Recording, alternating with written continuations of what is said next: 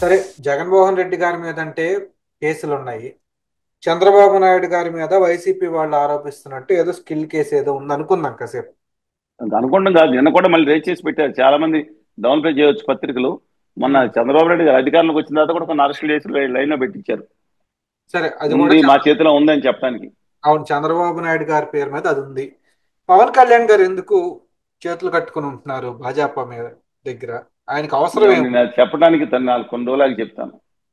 నేను ఎందుకన్నానంటే, నాకు బాధగా ఉంది ఆయన పెద్దగా ప్రయత్నించడానికి.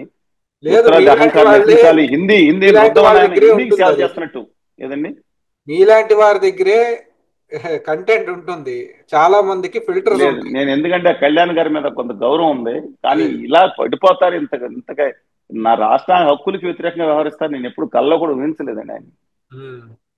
నాకు నా తండ్రికి మ- మా అమ్మ ఏది దీపం పెడితే, దేవుడికి దీపం పెడితే దాంట్లో సిగరెట్ వెలిగించుకునేవాడు, అసలు దైవభక్తి లేదని చెప్పిన ఆయన మళ్ళీ మా తండ్రి రామ జన్మం, రామ ఏదో మాట్లాడతాం. అలాగే నా వెంకటేశ్వర స్వామికి వ్యతిరేకంగా ఆయన మాట్లాడినట్టు మాట్లాడారు. నేను మళ్ళా చెప్తాను, మేము ఆరాధించి అందరూ వెంకటేశ్వర స్వామికి బహుశా సనాతన ధర్మంలో ఆయన పాత్రలే ఉండకపోవచ్చు.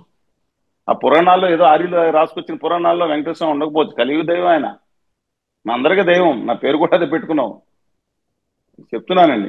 వేరేదన్నా వైష్ణవుల శైవుల అని పక్కన పెట్టండి. కొంతమంది శైవులు ఉండొచ్చు, మీకు అర్థమైంది. అందుకని నా బాధ ఏంటంటే, ఆయన ఒక మాట అన్నారు.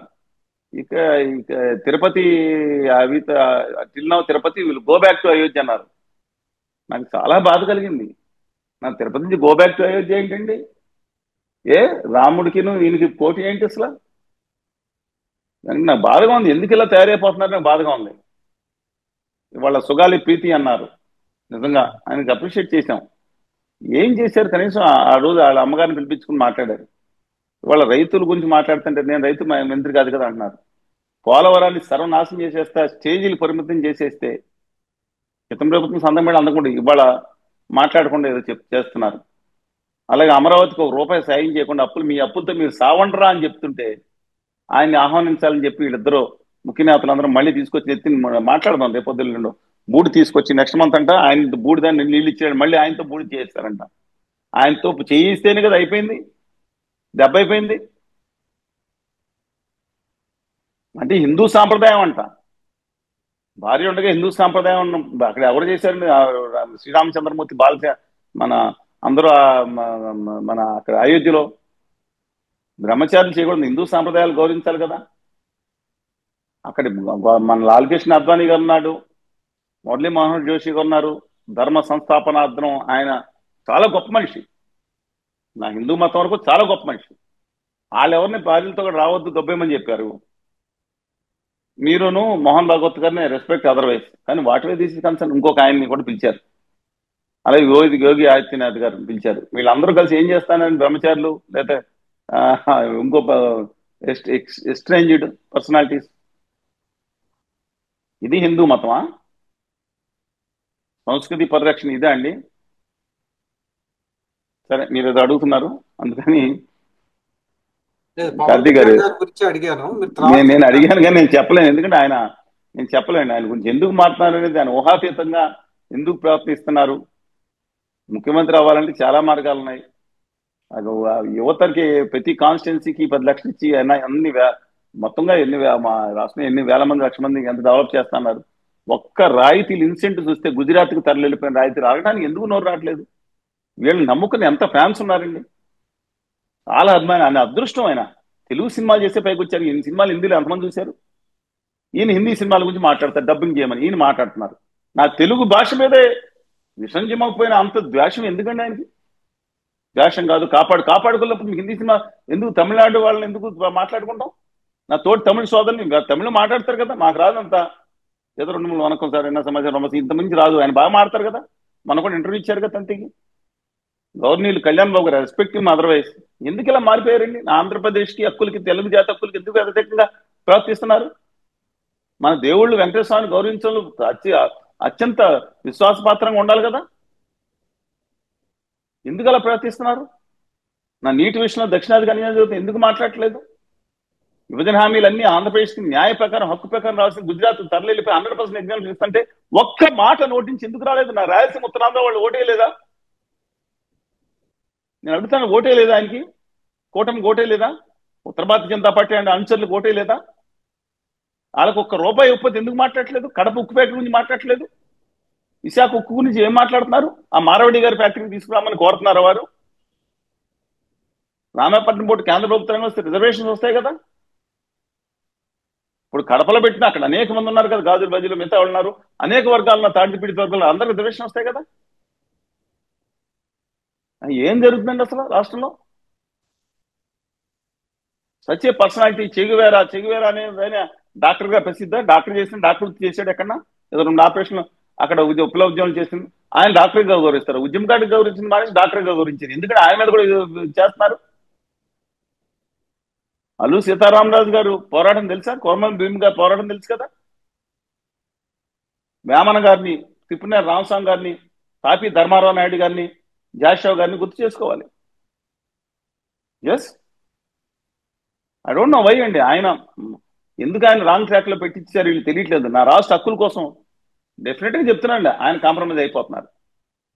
రాష్ట్ర ముఖ్యమంత్రి ఆల్రెడీ బీజేపీతో ఈయన శాసించగల శక్తి ఉండి కూడా, ఎందుకంటే వాళ్ళు ఆ ప్రభుత్వం మీద ఆధారపడి ఇప్పుడు సాధించకపోతే ఎప్పుడు సాధిస్తారు? అమరావతి గుండు సున్నా ఇచ్చారు సాయం, చెప్పిందంతా అబద్ధం. ఎందుకని మాట్లాడట్లేదు కళ్యాణ్ బాబు గారు కానీ ముఖ్యమంత్రి గారు కానీ? నాకు అర్థం కాదు. 14-15 వేల కోట్లు ఇచ్చే ఈ సంవత్సరం, వచ్చే 4 సంవత్సరాలు ఇస్తాను నా బడ్జెట్ సమావేశంలో మాట్లాడి సాయం అని, తర్వాత బీజేపీ నేతలు ఎంపీలు వచ్చి మాట్లాడితే సాయం కాదురా బాబు అప్పు, మీ సావు మీరు సావండరా అని చెప్పి కేంద్ర ప్రభుత్వం మళ్ళీ వివరణ ఇస్తే, మీ అప్పులు తెచ్చుకోండి మీరు అని ఇంతకుముందే తెచ్చుకునేవారు. అప్పులు తెచ్చుకున్నాక కౌంటర్ గ్యారంటీ దేశంలో అన్ని క్వాసీ ప్రభుత్వాలు ఎన్ని లక్షల కోట్లు వచ్చినా విదేశాన్ని సంతకం పెడతారు, దాన్ని అడ్డం పెట్టుకుని మాట్లాడతారు. నా పోలవరాన్ని పరిమితం చేసేస్తే వాళ్ళు బడ్జెట్ లో పెడితే సిగ్గు లేకుండా ఈ ఆంధ్రప్రదేశ్ లో ముఖ్యమైన రాజకీయ సిగ్గు లేకుండా, నేను దాని మీద ఎన్ని మీటింగ్లు పెట్టాను, నా మీటింగ్లన్నీ ఎన్ని మీటింగ్లు పెట్టాను, మేజర్ మీడియాలు 90% చూపించలేదు. ఏం తప్పు చేశాం? నేను, రామకృష్ణ గారు, అలాగే మధు గారు, తర్వాత రైతాంగ సంఘం అధ్యక్షులు, ప్రొఫెసర్లు అందరూ హాజరై నిన్న కాక మొన్న 2 రోజుల క్రితం విజయవాడలో సమావేశం పెట్టాం, తిరుపతిలో నేను 1.5 లక్షల మందిగా పెట్టాం, విశాఖపట్నంలో, గుంటూరులో అన్ని చోట్ల పెట్టుకుంటూ వెళ్ళాం.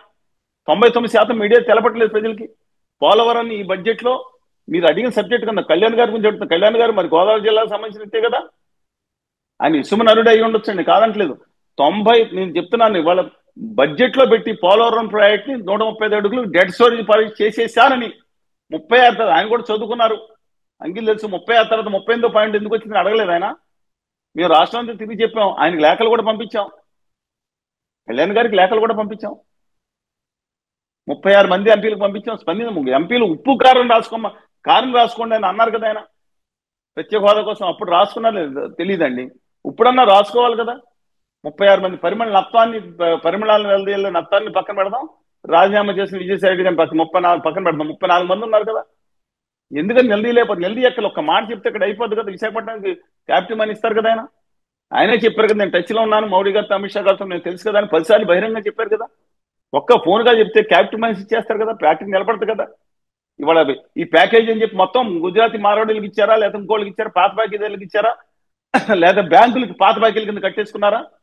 ₹1 జీతానికి ఇవ్వడానికి లేదు, ₹1 అభివృద్ధి చేయడానికి లేదు, 7.3 నుంచి 20 మిలియన్ టన్స్ పెంచడానికి అని చెప్పిన వాళ్ళు ఇంత దారుణం చేస్తుంటే ఒక క్యాపిటల్ మనీ తెచ్చుకోలేరండి. ఒక ఫోన్ కాల్ చేస్తే గంగవరం పోర్టు తిరిగి రాష్ట్ర ప్రభుత్వానికి పూర్తిగా తగ్గుతుంది కదా. రాష్ట్ర ప్రభుత్వానికి చెందాలి, ఒక్క ఫోన్ కాల్ సరిపోద్ది కదా. చంద్రబాబు గారు అధికారంలో ఉన్నారు కదా, ఆయన ఆధారపడి ఉన్నారు కదా, కేంద్రం ఒకటి మాట్లాడచ్చు కదా. లులు మాల్ ఏందండి? ఆ జగన్మోహన్ రెడ్డి గారు చేసిన కక్షాదింపు చర్యలే కదా అమరావతి పక్కన పడింది, తిరిగి రైట్ ట్రాక్ లో నరకయాతన పెడుతున్నారు కదా. ఇంత అన్యాయం బయటకు వచ్చి చెప్పుకోలేకపోతున్నారు, కడుపు రగులకు పోతా ఉందండి అక్కడ పరిస్థితి. చెప్పుకుంటే ఏం గొడవ, మళ్ళీ కేజ్రీవాల్ గారు, హేమంత్ సోరెన్ గారు అయిపోతారు. రాష్ట్రం భయం గుప్పిట్లో బతుకుతుంది.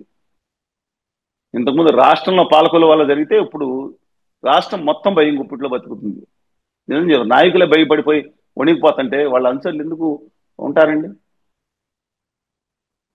చాలా బాధగా ఉంది. బానిస రాష్ట్రం ఆంధ్రప్రదేశ్ గా మారిపోతుంటే అలా అనిపిస్తుంది రాజకీయ నాయకుల వల్ల. అన్ఫార్చునేట్ అండి కార్తీక్ గారు, చాలా బాధగా ఉంది. లైఫ్ అనేది వీళ్ళు చేసే ట్రోలింగ్స్ వల్ల ఇప్పుడు నేను చెల్లించట్లేదు కానీ చాలా బాధగా ఉంది. రైట్. అన్ఫార్చునేట్లీ. చూద్దాం సార్ మరి ఏమవుతుందో. ధన్యవాదాలు సార్ చలసాని గారు.